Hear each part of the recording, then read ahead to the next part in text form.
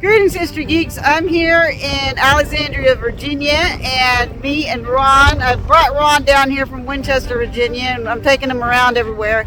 And we just ran into this cannon, and it looks like it's from King George II, when King George II was on the throne. I thought it was from the War of 1812, when the Royal Navy came down and Alexandria surrendered to the Royal Navy during the War of 1812. But Ron is going to explain to everyone about this cannon.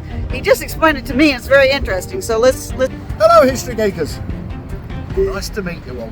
Okay, so yeah, we got this cannon here, which is a bit of a beast, to be honest. As you can see, it's a muzzle loader. Obviously, your powder, your one in goes in there, your ball goes in there, touch holes at the back. Stand clear where I fire. I might hit an American ship. Okay, so we have this cannon. Now, as we look down the cannon, which obviously is cast in a foundry, the first thing we come to here is the King's Crown. And if Jamie would like to come around this side, we have GR, which is George Rex. Rex is for males. Regina is for females on the throne. And up here you can make out two. So by now we know that this was in the foundry that George II was on the throne at the time. Now there's two holes in here. One hole here and there's another hole here. Now I can only presume that these were the holes that made it inert. This is so interesting. So also, halfway down the barrel, there's a plug. If Jamie wants to go around, you can see the plug. The plug being in there. Now, obviously, we don't want anybody loading up the powder, putting a touch. So, we drill holes. As we go further down, we have the bands. Here, we have a band there, a band here, a band here, a band here, and a band here. This keeps everything together, okay?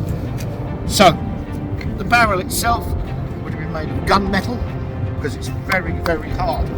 Coming to the rear, we have here what we call in the military the frog's foot. Why do we call it the frog's foot? Well, as you can see, it looks like a frog's foot. This sign, modern day, means Ministry of Defence. All items that are in the armed forces in Britain had the frog's foot on. Probably in this time it wasn't called Ministry of Defence, it was probably called the War Office. Coming to the rear, we have here the touch hole. Now, what's a touch hole? Well, once we've loaded the ammunition in, whatever it may be, shot, it may be steel balls to take out rigging. We put our gunpowder in there. We first of all, depends what powder you're using. If you're using like what's called a bag charge, you would get a pricker, bang it with a pricker. You'd put your powder in, stand clear, bang. Gun retracts. Guy would come out with a wet pole with a cloth on the end and get out any loose gunpowder, because not forgetting that once it's fired, there's a certain amount of fire left in it from the unused gunpowder. So if you was to put brand new gunpowder in that, it could go off again. Now, down here, there would have been a crest. Obviously, probably the same crest that's on there, but it's over the years it's gone. You know, it's just a shame, but just to let you know, and of course now, modern times, they put a chain because obviously the scrap value of this is quite a lot of money. But yeah, this is probably pretty valuable. It is. Scrap value alone. This is gunmetal. So, God, obviously it would have been on a wooden trolley with wheels to roll out with on ropes. They would have pulled it out, obviously opened up the flap on the ship, rolled this out, one that side, bang! It would have retracted back in, the guy would have come out, swapped it out, they were then reloaded, pulled it back out, fire again. So this is what there is a date here of 30-something. It could have been the date, it's all eroded here. It could have been the date, it could have been a stamp of some kind that someone put in. So this is we thought you'd like to see this, because I personally have never seen one like this before. Me either. This is really interesting. This is fantastic. Yeah. This is fantastic. GR second.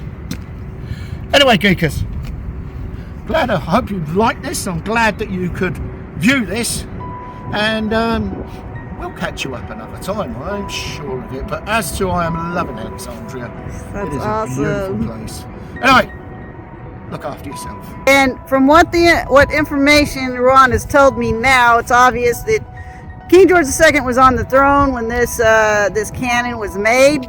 So it could have been from the French and Indian War, but something else Ron told me is they could have used this for 50 or 60 years. So it could have been here during the War of 1812 too, so we just don't know. But anyway, see you later, History Geekers. Hope you liked it. Bye all. See you later. Bye.